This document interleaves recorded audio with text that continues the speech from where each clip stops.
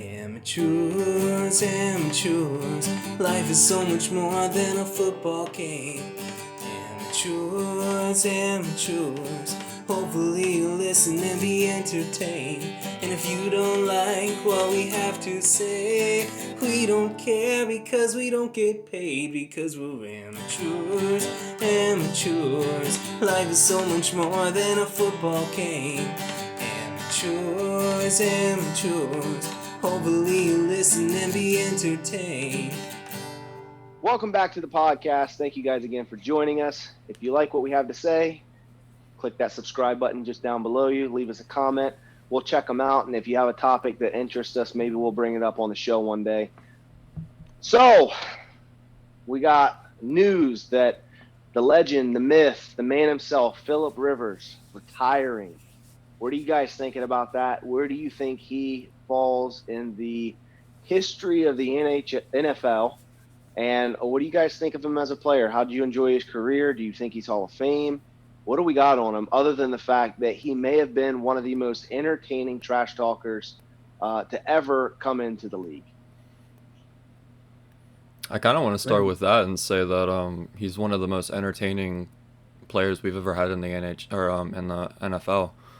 He always was funny. He always lived in the moment. His press conferences were, they were always a blast to watch. So football aside, I think he was a really great person for the NFL. Yeah, I feel like I need to make the same mistake where I almost say the NHL instead of the NFL. So Philip Rivers. If you guys don't notice, Philip Rivers was amazing in the NHL. Fans. That's all I know. We're big NHL fans, me and Hunter. Jordan's giving us crap. He's not a big hockey fan. We are. We'll have a segment about that later. I'm actually repping my team, the Washington Capitals, Ovi. I'm with you during lockdown. I feel you, brother. Back to the topic at hand. I do hope, entertainment-wise, that they keep Philip Rivers on Gridiron Heights, because whenever he makes an appearance on Gridiron Heights, that's one of the most entertaining things that I watch all week. I'm being fluffing serious. His lines on there are just simply hilarious. Jordan, what do you got on it? I thought he was entertaining. I thought he was solid. He played as a starter for 17 seasons, so that obviously indicates he played better than whoever was the other option. I'm not feeling Hall of Fame. I'll be honest. I don't think he's got a lot of stats. But if you play for 17 years, the stats are going to come. 63,000 yards plus. He had over 400 touchdowns, over 200 interceptions. All that's going to come with the with just him starting, with him being. Here's the thing. I don't think he's Hall of Fame, and here's why. Now, I've seen him be interviewed. He seems like a nice guy, family man. Seems that way. I've never met him, but he just seems like a glorified, or not a glorified, but a slightly better Tony Romo. Tony Romo played 14 seasons. Significantly less yardage. I think Tony was in the 34,000. So definitely 25,000 yards less. Of course, he played 3 less seasons. So if you extrapolate Tony's career over an additional 3 seasons, you kind of shorten the gap a little bit. Tony was in the 248 touchdown, 117 pick. 4 Pro Bowls, Tony Romo. Philip Rivers, 8 Pro Bowls. I don't really put a whole lot of emphasis on Pro Bowls, because with guys who bow out, all you have to do is be the 4th best quarterback in your conference. So you literally could be the 8th best quarterback in the league and make the Pro Bowl. So, okay, 8 times Philip Rivers was the 8th best quarterback in the league. It's not nothing, but it's not really impressive. No Super Bowl appearances, no MVP votes. I don't think he's Hall of Fame. Man, what did he do to you? No, guys, I'm on the fence about this. I go either way on this one. There's a lot of comparables that I have that are in the Hall of Fame, and there's some comparables like Jordan just brought up that are not in the Hall of Fame. 400 touchdowns is what stands out to me. And then I think back to when he was in his prime in San Diego, when it was the San Diego Chargers. Dude, some of the teams they had, they were really, really good. And they ran into some exceptional Indianapolis Colts or led by Peyton Manning or Tom Brady-led Patriots teams in the playoffs, and they were gut-wrenching, heartbreaking losses. But I remember watching those games. Phillip Rivers hung in there with some of the best quarterbacks. You look at his contemporaries. I mean, there's the Eli Manning debate. Does he belong in the Hall of Fame? Does he not belong in the Hall of Fame? If Eli gets into the Hall of Fame with the statistics that he had, I believe a sub 500 record, 2 Super Bowls, and whatever statistics he had, then I think Rivers gets in. I don't think he's a first ballot Hall of Famer. I think he's the type of guy that maybe in a quarterback less year, or when he finds his way back into the news, or maybe when we realize that those 400 touchdowns, there's not many quarterbacks doing that anymore. Maybe he gets in. I go either way on this one. Hunter, what do you think? Or Jordan, do you got something you want to say to that? The Hall of Famer argument boils down to whether you think championships matter for a resume. I think for football, I don't think it should matter because football is the biggest team sport maybe in the world. There's not a whole... I understand that he's the quarterback. I understand that that's the most important position, but there's a lot of other factors that go into winning a championship, and he has the top 5 stats, and I think for me stats is all that you need to be a Hall of Famer. So I would say that Phillip Rivers is a Hall of Famer. Hey, can someone pull up stats comparing Dan Marino to Phillip Rivers? Dan Marino is 6. Well, he's 6th in yards, and Rivers is 5th in yards. I have that right now. Okay, there you go. In that case, as a Dolphins fan, Phillip Rivers is a Hall of Famer. Unlike Hunter, I do put a lot of importance on championships. I feel like it's a complete package, especially for the time that he played. Dan Marino is a Hall of Famer. We've had the discussion on where I feel like he falls with other quarterbacks. I don't necessarily agree with a lot of other Dolphins fans on that, or even media for that matter. So I would say if his stats are better than Marino, you got to give it to him. He put his team in a position to win constantly. Just because his organization was dysfunctional and wasted years when he had loads of weapons around him and took weapons away or didn't give him what he needed to win. I mean, I think it shows what he could do that at the age he is, he took an Indianapolis Colts team as far as he did. They just ran into a Bills team that I'm tasting blood right now, wanting to bite my tongue, but we're just hotter than the Indianapolis Colts were. And that's all there really is to it. I get that his stats are better than Marino's. I think there's a factor. You have to prorate Marino's stats. Marino would have significantly more yards and significantly more touchdowns if Marino played in the game today. So I don't necessarily think that because Rivers has the advantage in just the time frame that he lives in, that you're going to say he was better than Dan Marino. No one's going to pick Phillip Rivers to be their quarterback over Dan Marino in their prime. So and people are allowed to take Marino's head off. You can't hit a quarterback today. There's just the fact that Marino has a Super Bowl appearance is really, really important. I do put emphasis on championships, but I put more emphasis on appearances. And we're gonna at some point when we have a slow week, after football season and everything, we can dive real deep into who's better, LeBron James, Michael Jordan. We don't need to get into that today, but LeBron James is stacking a resume not based on wins. He only has 4 championships, but he's been there 10 times. I think if Phillip makes it to a Super Bowl, I get that he played in the era of Tom Brady and Peyton Manning. And Ben Roethlisberger, let's not forget, Ben Roethlisberger had 3 appearances during the same amount of time. And Baltimore had an appearance. It was tough. It was tough for him. It's unfortunate that those were the problems that he had to face. But if he has 1 appearance, I say, sure, we can compile that with the stats. He has 0 Super Bowl appearances. He has no MVPs. I think it's unfair for us to put so much emphasis on Super Bowls and championships and appearances on the quarterback when we don't for other players. For instance, Calvin Johnson. It does not matter that he does not have a Super Bowl appearance. He was the best wide receiver in the league for basically 6 straight seasons. he's a Hall of Famer in my opinion. And when his card is pulled, I forget 3 years or however long it's been since he's been retired, that's going to be great. We don't put the same amount of emphasis on skill position players or even offensive linemen for that matter. But the fact is, he played with probably the best running back in the NFL at the time, LaDainian Tomlinson, and he couldn't make it happen. He couldn't even get there. And so unfortunately, that matters. It really matters. But let's not say he's better than Dan Marino just because his stats are a little better, because that's ridiculous. I'm not saying he's better than Dan Marino, but I'm saying that if you're strictly statistical, then his statistics are better than Dan Marino's. He's by statistical guidelines a better quarterback. That being said, I get it.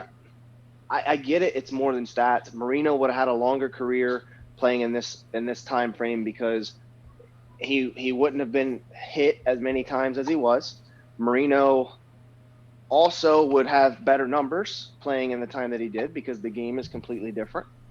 I understand your point where you're coming from. But if statistics is all that matters to get in Canton, because it's such a team game, and what are LaDainian Tomlinson's numbers in the playoffs? What are his defense's numbers in the playoffs? I mean, you mentioned Baltimore. Joe Flacco is a terrible quarterback. I never liked him. And as soon as he left, but he had a Super Bowl. He had a Super Bowl not because he was a great quarterback, but because the team around him came together. They had the coaching, they had the defense, they had the team, they were organized. I'm going to disagree with that. Phillip Rivers has never had that. I'm going to disagree with that because you're right. Joe Flacco is not a Hall of Famer, and he does have a Super Bowl. And there's exceptions to all rules. But Joe Flacco in the playoffs played lights out. I think, Hunter, maybe we can fact check this. I think he was 9 touchdowns and 1 pick in that postseason run. It's close he enough. Was amazing. Yeah. And let's be real. Eli Manning. You said if Eli gets in, then Phillip has to get in. Eli Manning had 2 postseason runs where he was dropping dimes. He took on the undefeated Tom Brady New England Patriots, and he punched them in the mouth. So if Eli gets in, I think he deserves it as well. You can't say it's only stats and postseason doesn't matter. By the way, too, you said that what did LT do in the postseason? I think a lot of that comes on LT. I think a lot of it comes on your leader. It comes on your captain, man. You got to rally the troops. Tampa Bay is in the championship game, and it's because they had a really solid foundation of players. But Tom's the one that got them there, man. They're not there without Tom Brady this year. So your quarterback makes your entire team better. You have to lead that way, and he was never able to lead with such passion and ability to invigorate and breathe life into his team in the post. 17 tries at it, and he almost won an AFC championship with a torn ACL like 2 minutes into the game. Yeah. and I think if that's what you're grading it on, I'm going to say that's going to be up to his contemporaries, because I've never heard anybody say a negative thing about following Phillip Rivers ever.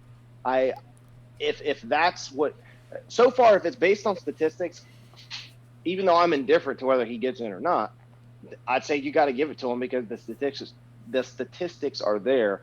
If it's based off of was he a good leader, you got to give it to him because his teammates love playing with him. Yeah, they love losing.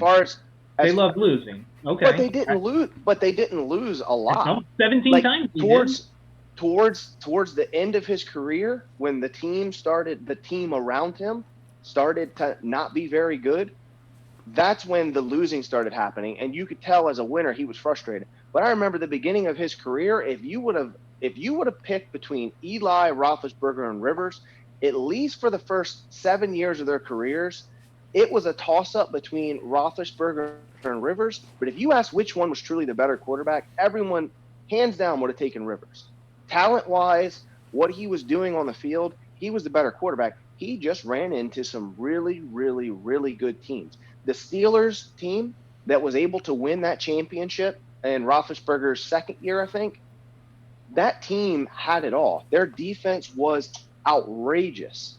Their running game with the bus was outrageous. They had one of the most revered head coaches in the league at the time in Bill Cowher.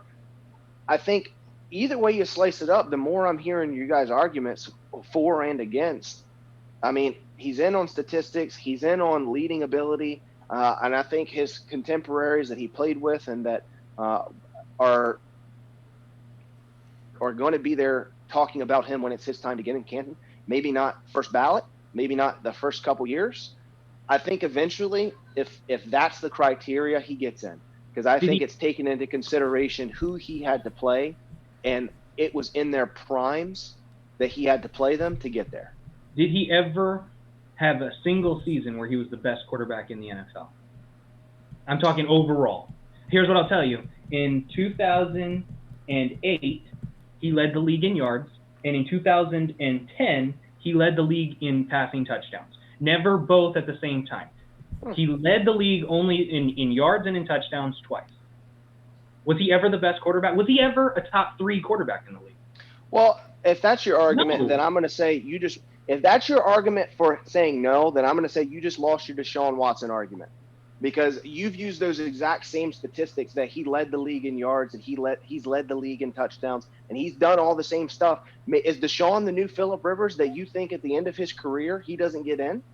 He could be, because it sounds like that's the class you're putting him in, where you don't. It's sexy when it's happening, but 10 years in the future, we're able to look back and say, not that impressive. I'm saying I think it is impressive. Deshaun has a future that we can't predict right now. We're looking back on Phillip Rivers' 17 seasons with no Super Bowl appearances and no MVPs, and only of those 2 seasons did he ever lead the league.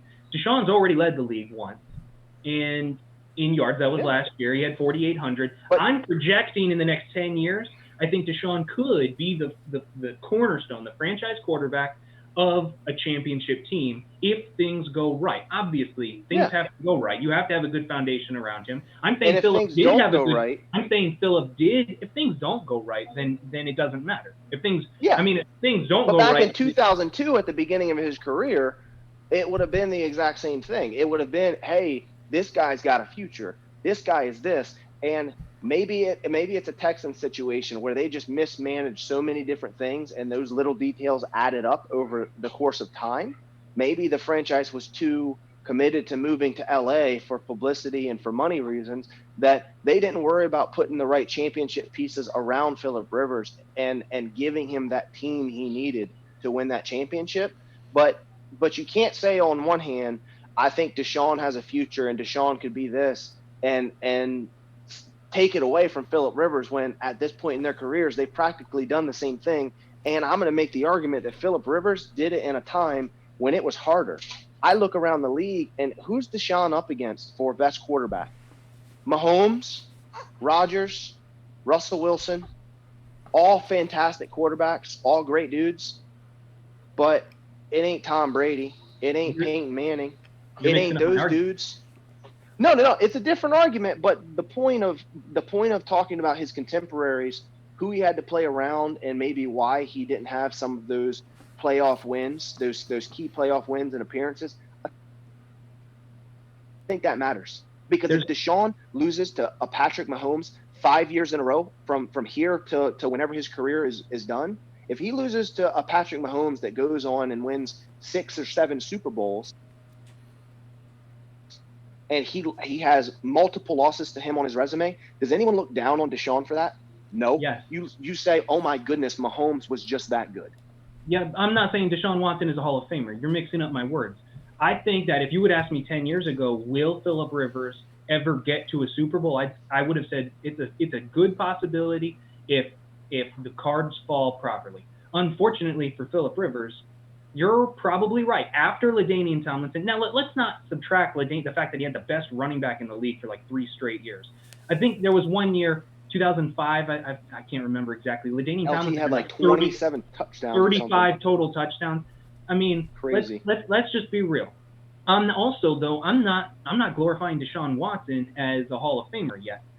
I think that he is a top 5 quarterback in this league today because of his potential future, which is the entire NFL. That the entire purpose is hope. I mean, we come back every year. We're fans of different teams. There's 31 losers every year, and everyone always comes back and pays their money. I think Phillip needed to get there once. If Deshaun can't get to the Super Bowl, not once, But he ends his career with 60-something thousand yards and 400 touchdowns. Unfortunately, I think he's going to miss the boat, and no one's going to care that he played against Patrick Mahomes. No one's going to care. The interesting part of this argument is it's almost polar opposite of Eli Manning, because Eli has the Super Bowls but not the stats, and Philip has the stats and not the Super Bowls. So it kind of, where in a way, where you think Eli is almost where you think Philip is, because they're polar opposites of each other. Except I'm putting more emphasis on the win. He's won the Super Bowl twice. He's in. So you think Eli's a Hall of Famer then? I'm not saying that if you had asked me 10 years ago that we're going to have a backyard game and I get to, like, go out and just pick my quarterback, and I have Eli standing over here with a bunch of average football players, and I have Philip over here standing with a bunch of average football players, am I going to pick Eli over Philip? No. I think talent-wise he's slightly better, but it's about what you do in the moment. And Eli, in the moment, rose to the occasion twice. That's a big deal, too. I would say his defense rose to the occasion, but that's a different... Well, so did Baltimore. And that's why I'm saying that if it only happens to one, like Joe Flacco, then it doesn't count. It was you played really well, and I give Joe a lot of credit for that postseason. But the fact that Eli did it twice, you can't argue it. And it's 2 Super Bowls versus no appearances. I mean, that matters. It really does. Yeah, I think it's kind of funny that we're bringing up these 2 Super Bowls after what happened on draft day with those 2. I think that's just a funny, I didn't even think about situation. That. Yeah. That's just a funny situation to me. The fact that they're both right on the cusp of greatness, and really, I really think that it has to do with where they landed. I mean, I think if either one of those quarterbacks lands on the Steelers, if Phillip Rivers lands on the Steelers, I actually think he has a much better career, and it's not even a question of it's not a question of whether he's in the Hall of Fame. The way they draft wide receivers and the teams they put around them and the defense that Steelers team has had through the years, I don't think it's a question he's a Hall of Famer, and I think he's sitting at 2 or 3 Super Bowls. I think if he was on the Cowboys, he would be a no-brainer Hall of Famer. The market he's in counts a lot too. Yeah. Yep, because Tony Romo was considered a great quarterback. I never thought Tony Romo was really anything special. But everybody loved Tony Romo and thought he was awesome, just like they love Dak and think he's awesome because of the market that he's in. You take a Phillip Rivers and you put him in that market with his personality, I'm going to 100% agree. For me, it just shows that sometimes the player matters less than the situation the player's in.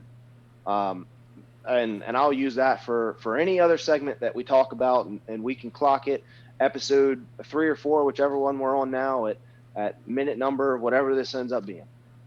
Your situation and who you get drafted, the team you get drafted into, the coaches that you have around you will make or break your career more than your talent level or anything else.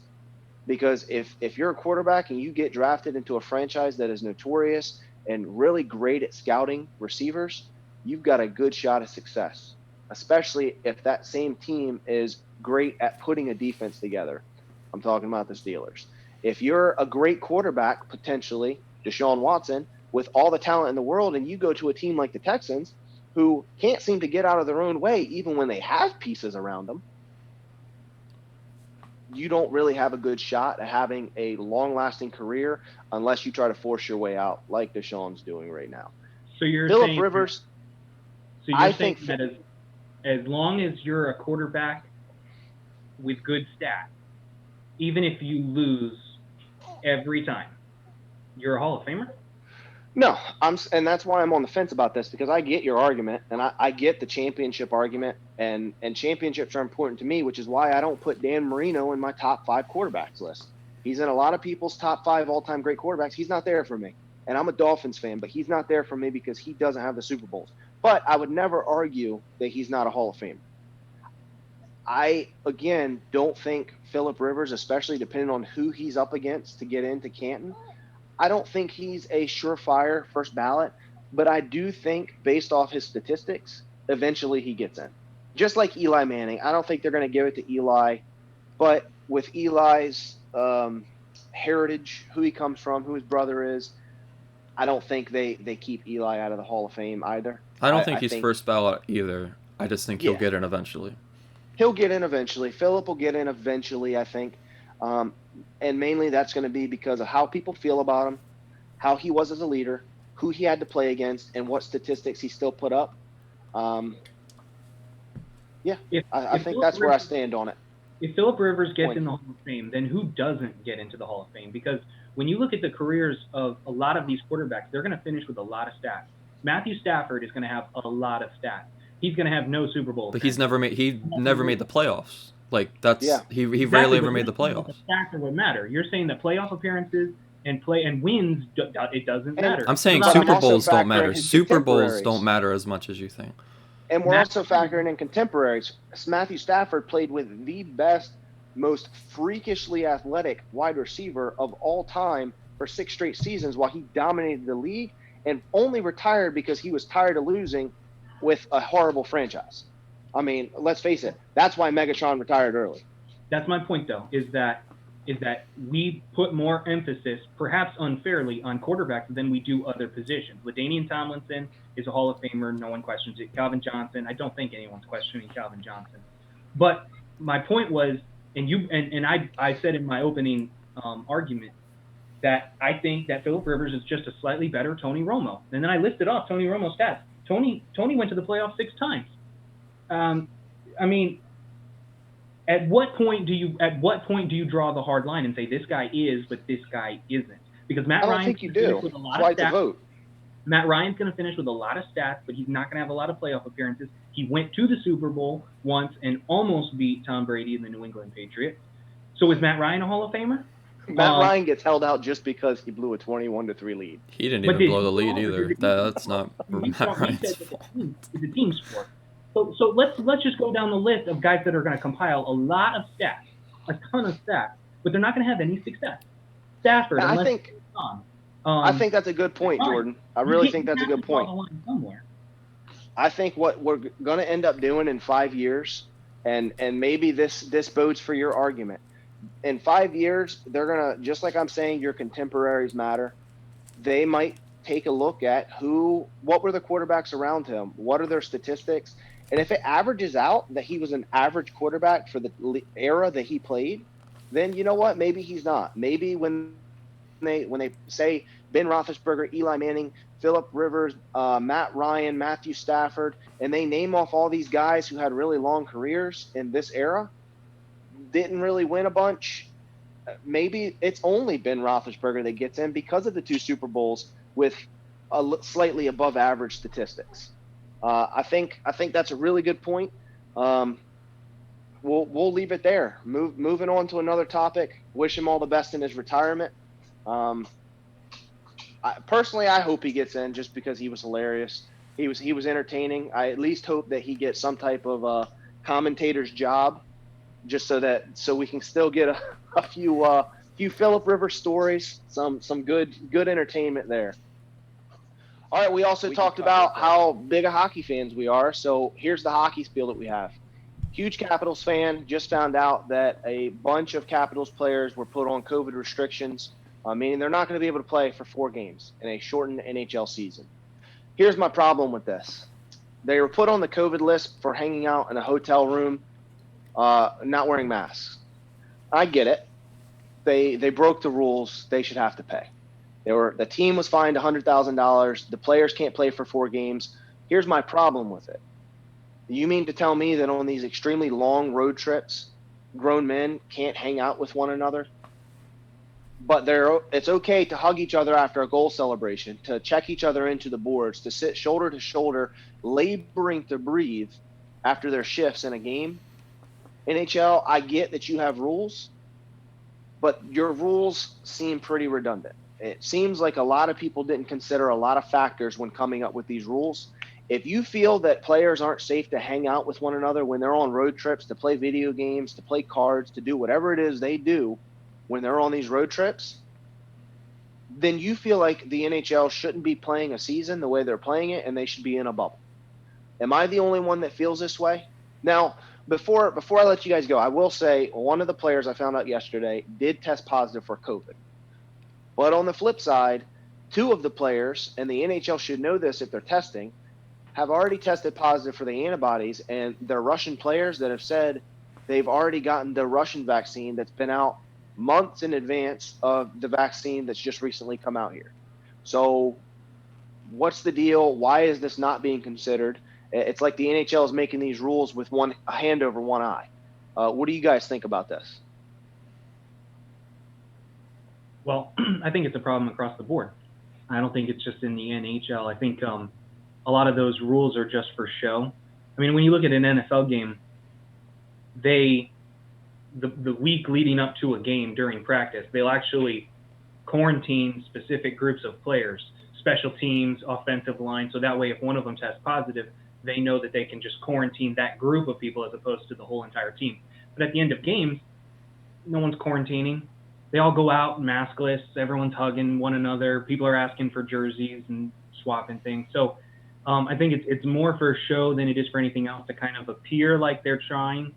That there's no real answer to it though. You can't go nuts. So I don't know.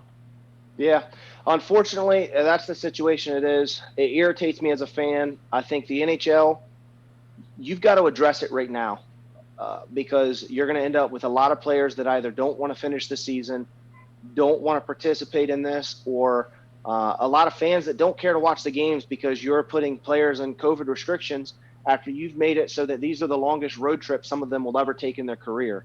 All on 4-point swings, little mini playoff series during the season.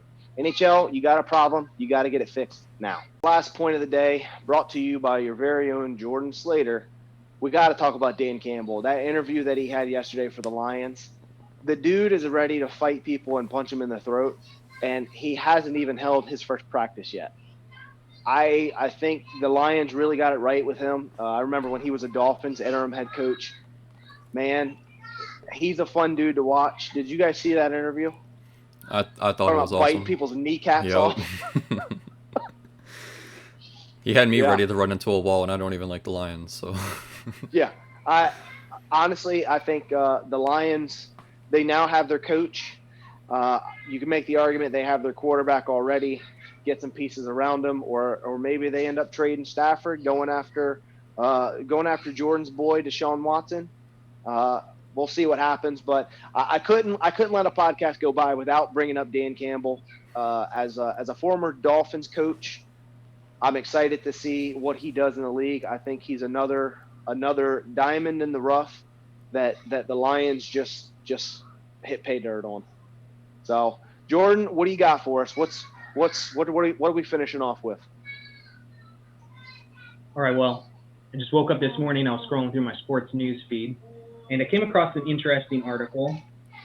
Dolphin Nation is reporting that Xavien Howard wants to renegotiate his contract.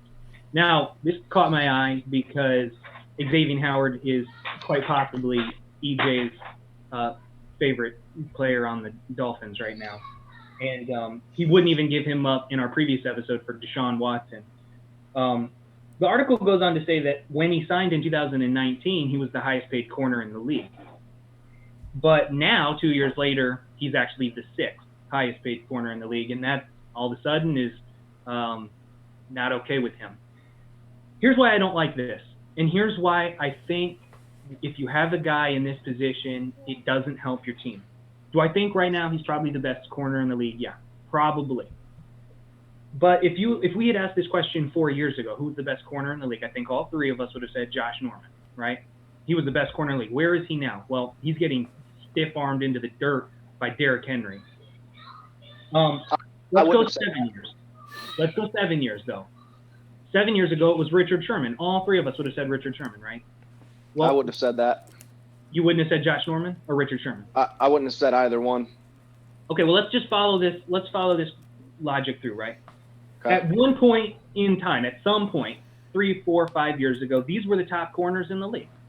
I think Richard Sherman, I think it's not specifically his fault, but in the Super Bowl, he did not play well. And I think that their loss, at least partially, is on him. I think that what happens with these corners is that they're really, really good for about 3 or 4 years, and their flame burns so hot that they actually burn themselves out. And then they fall off a very steep cliff. Not everybody, but most. And I think when you have a guy like Xavien Howard, who's already getting paid $13.5 million, there is no way you can pay him more. You're going to hurt your team, especially because you're going to pay him more when he's not as good. And so I just wanted to get your thoughts because All right. I don't think it's going to help your team, especially with a third overall pick. If you could find a way to get out of him, especially if it means that you can upgrade your quarterback, which is by far and away the most important position in the league. With the number 3 pick, if you manage to keep it, let's say you don't go for Deshaun, you still could get Patrick Surtain from Alabama at 3 overall and replace him for a contract that's about $12 million less. I would say to this, I saw that report, and I saw it was Alan Pollard or whoever it was that reported it. The dude has nothing good to say about the Dolphins ever, it feels like, and he's always the conspiracy theorist. While contract renegotiations are nothing new, the difference is those guys came into their prime in their late 20s and played really good until they hit around their 30s. Xavien Howard, if I'm not mistaken, is 25 or 26 years old. He still has multiple good years ahead of him. They've got him for, I think, another 3 or 4 years on contract. By that time, he's 30. Yeah, maybe you don't sign him to another contract because for the life of a corner, he's lived out his life. I think when the Dolphins took the stance that they did, they put stuff on Twitter about sticking with Tua, and they put Ohana, which I guess means family in Hawaiian, on their Twitter with no other descriptions or anything like that. When people realize they're not taking the bite on Deshaun, now all these other stories start rolling. Xavien Howard's always been linked to trades and all sorts of stuff. Always been linked to trades because he's an expensive player. He's an expensive commodity, and he's a corner. Yes, other corners are getting paid. Byron Jones is getting paid more than Xavien Howard right now. That's what happens to the market. I don't think Byron Jones is a better corner. I think that's just the market for corners. You're going to pay a corner close to that. You are not going to get an Xavien Howard on the market. Like you said, he's the best. He's just coming into his prime, and he's just getting the help he needs. You haven't seen the best Xavien Howard yet because now the pieces around him and the help around him are just now coming to play. Byron Jones just coming to play. They just drafted another corner, very youngest player in the league, actually. Noah, I'm not even going to attempt to pronounce his last name. He plays for the Dolphins, but every time I try to say it, I butcher it. Young guy, youngest player in the league. They just drafted him to learn because he's such a freak athlete, apparently. They are set up so that Xavien Howard can do Xavien Howard things on that side of the field. That's why you don't tamper with it. It's the same thing. Give him his money. We've got the salary cap space. If they're not going to – I don't think he's going to hold out because none of this is coming from Xavien Howard himself. None of it's coming from him. It's coming from this Allen guy, and Allen is the conspiracy theorist that's trying to link Tua and this and that. I also saw something that the Texans aren't even interested in trading with the Dolphins now because of how they view Tua, and people come up with their own theories and their own stuff, just like we come up with our own opinions and everything on here. I don't think there's any truth to it, and I don't think the Dolphins ever really bid on it. I think media and people around, because of the mystique surrounding Deshaun Watson, come up with this stuff, and they're trying to manipulate and make moves. Agents are trying to manipulate and make moves behind the scenes. I truthfully, whether there's truth to it or not, it doesn't really bother me because what's he asking for? All right, you want to be the highest paid receiver. We'll renegotiate your contract. We're going to keep your base salary the same for your salary cap hit. And this year and next year, when we have extra salary cap space, we're going to pay you out a bonus. Now you're considered the top paid corner again. Congratulations, you just made an extra $10 million. I mean, it sounds crazy to us, but if that's the game that they're playing for a player that should win Defensive Player of the Year as a corner, that will be one of the best corners, if not the best corner in the league for the next 3 to 4 years, pay him. You're not going to get his talent anywhere else unless you grow it yourself. I think right now that team is set up that you got to leave it alone. I mean, Allen, I don't know if he's just a Dolphins coverer, but he wears Bills clothes in his spare time or what it is, but it seems like any article coming from him, one, I've never found, I'm sure there are some, so don't quote me as saying the dude's a liar or anything like that. I'm not saying that. But I've never found much truth to the articles. They always seemed like they're theories and things like that, or gossip or murmurs or things like that. That's always what they feel like, and they never seem to be any type of positive spin on the Dolphins. So as a team writer, maybe you're not the most positive guy all the time because you got to be truthful in the media. But at the same time, you should have at least a few articles praising the team that you're supposedly covering, highlighting some of the good points and trying to get the fan base around the team that you're covering stirred up. I've never seen it with that guy. So anything that comes from him, I usually tend to ignore. And when I saw that article this morning, that's kind of what I did. I read it and I was like, okay. And I moved on past it. I'm going to say you're going to see a bunch of articles like that come out. I predict, here's my prediction, that in the coming weeks, as the market tends to ramp up for the I guess the league season that's about to start soon, you're going to see a lot of these come up when trades are available to happen as it gets closer, because people are trying to force their way out. People are trying to do stuff. Agents are trying to get their people paid, because when the agent gets their people paid, the agent gets paid more. If Xavien Howard now becomes again the top salary making cornerback, guess what? His agent gets a huge bonus, because that 2, 3, 4, 5, whatever percent that agent gets, now it's 4% of the larger cut. So you're going to see a lot of these articles come out. And because the Dolphins showed that they're taking that step to be a successful team, because they're highlighted as maybe one of the most attractive free agent destinations, because they're already linked in trade talks with some of the top players in the league, or some of the players that pretend to be the top player in the league, you're going to see a lot more of this. So I ignore it personally, but we'll see. My daughter decides she's just going to run across the room in high heel shoes, so that's cool. But I ignore it. Even if it is truth to it, it's not really that big a deal. You sure you don't want to join her? That makes for some good content, EJ. Yeah, I'm gonna pass on that. I do enough questionable stuff in my life. I'm not gonna run across my house in high heel shoes and post it to the internet. Pass. What do you think about it, Hunter? I mean, you've got the unbiased view. Me and Jordan we're taking complete polar opposite views on this topic we have for the past couple of weeks. What are you thinking? The first thing I was thinking was, what's the difference between the best corner and like the 10th to 15th best corner? And it's a really big drop off when it comes in talent, and it matters. When you have a number one corner, you're almost getting rid of half of the side of the field. Because I don't remember what the year after the Seahawks won their Super Bowl, they played the Green Bay Packers week 1.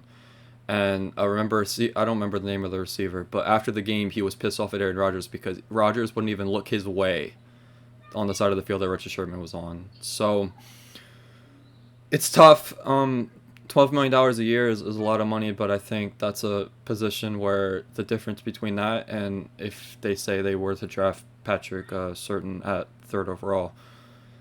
Surtain. I think the drop off is Surtain would have to be a top 5 corner for it to be even worth it, in my opinion. Sure. And I only correct you because his father was actually a Dolphins alumni, one of the greatest corners that ever played for the Miami Dolphins. You've got a lot of tidbits Surtain, like that under your Patrick under your Surtain belt. III. It would be super cool to have Patrick Surtain III play for the Miami Dolphins. That would be amazing. That being said, that's for you, Jordan. You look at Richard Sherman, you look at Patrick Peterson, you look at Josh Norman. They had a decent corner opposite of them. It wasn't them on an island by themselves, because exactly what Hunter just said, when you don't have that guy opposite of them, the quarterbacks just don't look that side of the field. And Byron Jones is going to get picked on if Howard's gone. Howard got picked on more, and his statistics weren't quite as good before Byron Jones got there. I mean, leave it alone. Here's the first thing I thought of. Do you guys know the name of the Bengals' number 1 cornerback? No. He ranks as the I think the 10th or 11th best corner in the league. So I mean, that's the kind of drop off that we're talking about here. I totally understand that point. That the difference between the best corner in the league and the difference between the 10th best corner in the league, there's a huge drop off. And I made this point a little bit more than just a little bit in our previous podcast. But my point is that the difference between a top 5 quarterback and, say, a bottom 20 quarterback, I think that drop off is huge too. Right now, Tua isn't scaring anybody. So if I had to give up the best you just said earlier corner, that you don't think Deshaun's top 5. No. You just said earlier you don't think he's top 5. Not what I said. I said, look back because it's recorded. I said that if you had asked me about whether or not Phillip Rivers would ever appear in a Super Bowl, I would have thought 10 years ago he would. Right now, Deshaun is a top 5 quarterback because of his age. I think that he stands a really good shot at getting there if he's not with the Houston Texans. But my only point is that Tua's not really scaring anybody right now. But Deshaun on Miami does. And so even if I have to give up the best corner in the league, while I agree there's a drop-off, I'm also increasing – I'm climbing the mountain in the position that's more important, which is the quarterback. Fair enough. So here's where I'll leave it, and we'll end the pod for today because this is going down the same rabbit hole as last week. Personally, I don't think Deshaun on Miami scares anybody because Miami can't put talent around them. If Xavien Howard wants more money, I say as long as it's not a stupid amount, then pay the guy. If you can financially make it work to maybe kick it down the road a little bit or spread out a little bit of that bonus money so that it doesn't hurt the salary cap, but he gets the money that he wants, I say do it. Keep him happy. Because an unhappy player in your locker room, whether it's the best player in the league, is worse than having poor players in the locker room or poor talent-wise players in the locker room. So I would say as long as it's reasonable, give him what he wants. If there's truth to it, I highly doubt there's truth to it based off of who's reporting it. Great pod, guys. If you guys like it, hit the subscribe button. If you don't like it, drop us a comment. Tell us why. We may ignore it because we don't really get paid for this, so we have that prerogative. If it's something cool that you want us to talk about or something that you'd like to see us do more of or less of, let us know, and we'll take that into consideration. But if anybody did tune in, episode 3, thanks for joining us. We appreciate it. You guys have a great day. Go Bucks.